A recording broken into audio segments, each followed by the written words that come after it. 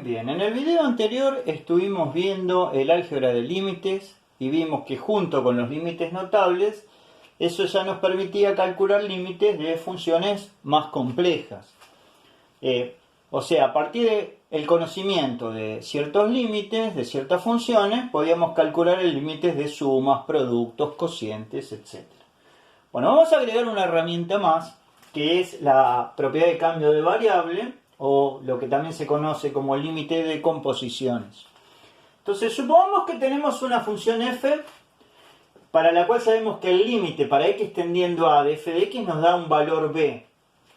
Y tenemos una función que por comodidad pienso que su variable la llamo y,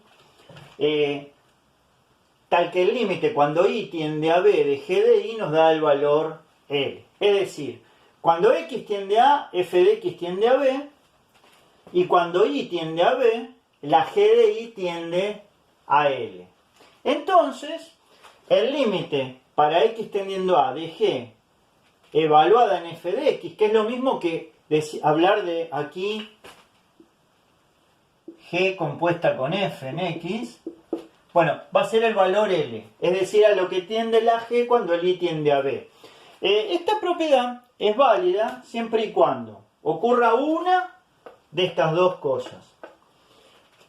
O, por un lado, la f de x no valga b en un entorno del punto A, es decir, esta f de x, cuando x tiende a está tendiendo a b, pero sin ser b, por lo menos cuando el x está cerquita del A, o cuando la g de b, o sea, la g esté definida en el punto B y coincida con su límite. Cosa que ocurre con muchas de las funciones que vimos en el video pasado, ¿no? Donde el límite de la función era la función evaluada en el punto sobre el cual estaba tendiendo la variable. Entonces, si f de x tiende a b y g de y tiende a l, cuando y tiende a b, entonces el límite para x tendiendo a de g compuesta con f nos da el valor l al cual tiende la g.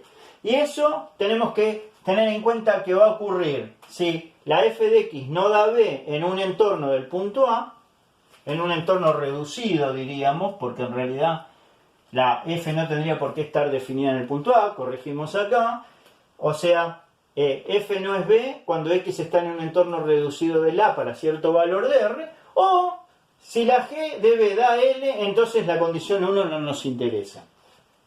Esto es bastante intuitiva esta propiedad. ¿Y por qué se la llama cambio de variable? Pensemos en lo siguiente. Nosotros sabemos que cuando x tiende a, entonces f de x está tendiendo al valor b. Es decir, a medida que el x se acerca al a, el f de x se acerca al b. También que sabemos que cuando el y se acerca al b, entonces la g de y se acerca al valor l. Entonces, ¿qué ocurre cuando tengo g evaluada en f de x?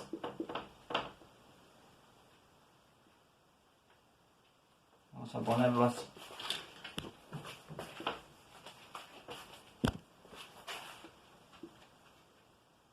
Límite para x tendiendo a de g evaluada en f de x. Si yo a f de x lo llamo y,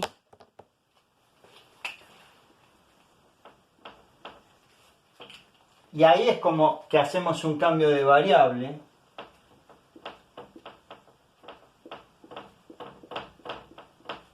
cuando el x tiende a A, este y está tendiendo a b.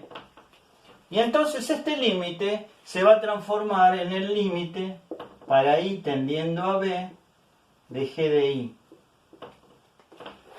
Y eso va a dar l por lo que estamos diciendo ahí. Es decir, lo que está aquí adentro lo podemos pensar como una variable y como cuando x tiende a, esa variable y está tendiendo a b, este límite va a ser equivalente a calcular este límite, pero este límite por dato es l. ¿Por qué la restricción de f de x no sea b? Bueno, la restricción esa está por el hecho de que cuando yo tomo límite para ir tendiendo a b, el y se va aproximando al b, pero no tiene que ser b. Quiere decir que el f de x no tendría que valer b, por lo menos cuando el x está cerca de la. Ahora, ¿qué pasa? Si este límite L es g de b, si el límite L es g de b, entonces si f de x llegase a valer b, g de b daría L. Entonces ahí no tendríamos ningún problema, porque tanto si no vale b o si vale b, g o se estaría aproximando a L o estaría valiendo directamente L, y entonces el límite terminaría siendo L. Por eso, en el caso que este límite de lo que vale la función g en el punto b, no hace falta que se cumpla la condición 1. O sea, la condición 1 habría que ver en los casos en los cuales, por ejemplo, la función g no está definida en b o el límite no coincide con lo que vale la función en b. Vamos a ver el siguiente ejemplo. Supongamos que tuviéramos que calcular el límite para x tendiendo a 1 de la función e elevado a la x cuadrado más 3x menos 1. Entonces, si yo llamo f de x a e a la x cuadrado más 3x menos 1, llamo g de y a e a la y, ¿qué tendríamos? Perdón, f de x es... me confundí. F de x es x cuadrado más 3x menos 1. Es decir, llamamos f de x a x cuadrado más 3x menos 1. Y g de y a e a la y. Entonces, por un lado, ¿qué tenemos? Tenemos que el límite para x tendiendo a 1 de f de x, bueno, como es un polinomio, es lo que valga este polinomio cuando x es 1. Y este polinomio cuando x es 1 vale 3. Y aquí, ¿qué pasa? Cuando x tiende a 1, f de x tiende a 3. Entonces tendríamos que ver qué ocurre con esta función cuando y tiende a 3.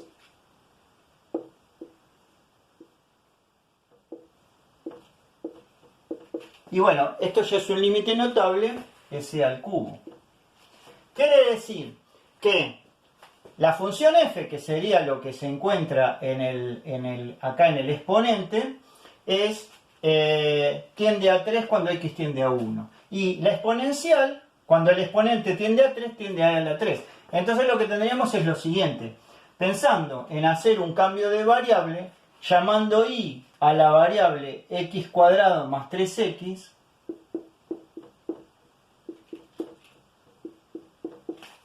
¿qué tendríamos? Que cuando x tiende a 1, esta variable y tiende a 3. Y entonces esto sería lo mismo que hacer límite para y tendiendo a 3 de e a la y. Como e a la 3 es lo mismo que g en 3, no tendríamos que fijarnos si x cuadrado más 3x menos 1, cuando x se acerca a 1, vale o no vale 3. Ahí no tendríamos que fijarnos en ese caso qué pasa con las imágenes de esto. Entonces, esto nos quedaría lo siguiente, y eso es e a la 3. Por supuesto, esto se puede hacer más sencillo, y de hecho vamos a aplicarlo más en automático. La forma en automático como aplicaríamos esto sería la siguiente. Tuviéramos que calcular el límite para x tendiendo a 1 de e elevado a x cuadrado más 3x menos 1. Entonces diríamos, bueno, lo que está aquí arriba en el exponente, cuando x tiende a 1, tiende a 3. Y entonces tendríamos c elevado a algo que tiende a 3. Entonces eso da e a la 3 por los límites notables. La justificación de hacer esto viene dada por la propiedad del cambio de variable, que acá está hecha más en detalle. Vamos a ver este otro ejemplo. Fíjense que aquí tenemos la composición del módulo con una función racional. Entonces, por un lado, cuando tomo límite para x tendiendo a 1 de x cubo menos 3x más 1 dividido x cuadrado más 2x más 1, ¿eso qué nos da? Bueno, cuando x tiende a 1, esto como es una función racional tiende al valor de la función en el punto, siempre y cuando no se anule el denominador, pero el denominador acá no se anula. Entonces, arriba, ¿qué nos queda? Acá esto daría 1, con este 1 da 2, pero le restamos 3, es menos 1, dividido, y aquí abajo da 1 más 2, 3 más 1, 4, o sea, menos un cuarto. Entonces, si yo llamo y a x cubo menos 3x más 1 dividido x cuadrado más 2x más 1, cuando x tiende a 1, este y tiende a menos un cuarto. Entonces, haciendo aquí el cambio de variable, te daría que esto es límite para y tendiendo a menos un cuarto del módulo de y, ¿no? Porque a todo lo que está aquí adentro lo llamamos y. Y entonces acá aplicaríamos un límite notable, porque esto es el módulo de menos un cuarto. Fíjese que acá el límite de la función es la función evaluada en el punto al cual estamos tendiendo, con lo cual no haría falta que nos fijemos si esto vale o no vale menos un cuarto cuando el x se acerca a 1, y eso es un cuarto. Bueno, y ahí tenemos calculado este límite. Vamos a ver cómo con esta propiedad del cambio de variable vamos a poder calcular límites de la función a la x cuando la base es un número positivo y distinto de 1. Recuerden que la función a la x está definida para bases positivas. No tiene sentido que tomemos bases negativas para definir a la x, porque si no nos encontraríamos con problemas de dominio. Por ejemplo, menos un medio a la x no tendría mucho sentido que lo tomemos, porque si x es un medio nos quedaría menos un medio a la un medio, y eso no está definido porque la raíz cuadrada de un negativo no es un real. Entonces, siempre que trabajemos con las funciones del tipo a la x, el a tiene que ser un número positivo, y acá lo vamos a tomar distinto de 1 porque si no nos quedaría la función idénticamente 1. Entonces vamos a ver qué podemos decir de este límite. Bueno, lo que vamos a usar es lo siguiente. A la x lo voy a poder expresar así, como e a la logaritmo de a la x. Recuerden, ¿no? Si yo tomo e elevado al logaritmo en base e de un número, eso nos da el número. ¿Por qué? Porque el logaritmo es la función inversa de la exponencial y la exponencial es la función inversa del logaritmo. Entonces a la x es e a la logaritmo de a elevado a la x, y esto a su vez es e a la x por logaritmo de a. Entonces, teniendo en cuenta que a la x la podemos expresar de esta manera, si yo tomo límite para x, ahora no voy a poner x tendiendo a porque el a ya lo usamos para la base, entonces le vamos a cambiar aquí el nombre. Entonces tomemos límite para x tendiendo a b de a la x. Eso sería límite para x tendiendo a b de e a la x logaritmo de a. Si acá hacemos un cambio de variable, yo a esto lo llamaría i, pero le podemos poner cualquier otro nombre a la variable. Es una variable auxiliar. Entonces le vamos a poner otro nombre. Vamos a llamar z a x por logaritmo de a. Entonces, ¿qué pasa cuando el x tiende a b? Cuando x tiende a b, esta z, que está aquí, ¿a quién está tendiendo? A logaritmo de a es una constante. Entonces es esa constante por a lo que tiende x. Pero como x tiende a b, es b logaritmo de a.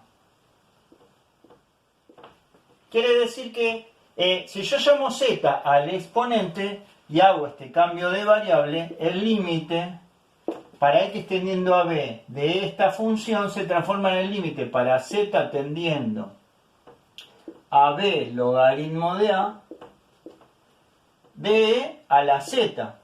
¿no? Porque esto pasó a ser z. Y acá tengo que poner a qué está tendiendo esa z. Esto es una constante, esto que aparece aquí. Entonces, por el límite notable, eso lo seguimos acá, es e elevado a la b logaritmo de a. Pero eso, e a la b logaritmo de a, vuelve a ser a la b. Quiere decir que el límite para x tendiendo b de a la x es a la b. Es decir, la función exponencial, pero ahora con una base distinta de e, también tiene la propiedad de que el límite para x tendiendo a un determinado punto es la función evaluada en ese punto. Entonces, combinando las reglas de los límites, o sea, el álgebra de límite, con esta propiedad del cambio de variable o lo que es el límite de composiciones, ya podemos calcular límites de funciones que son sumas, productos, cocientes y ahora también composiciones. Composiciones de funciones para las cuales cada una de las funciones por separado conocemos el límite.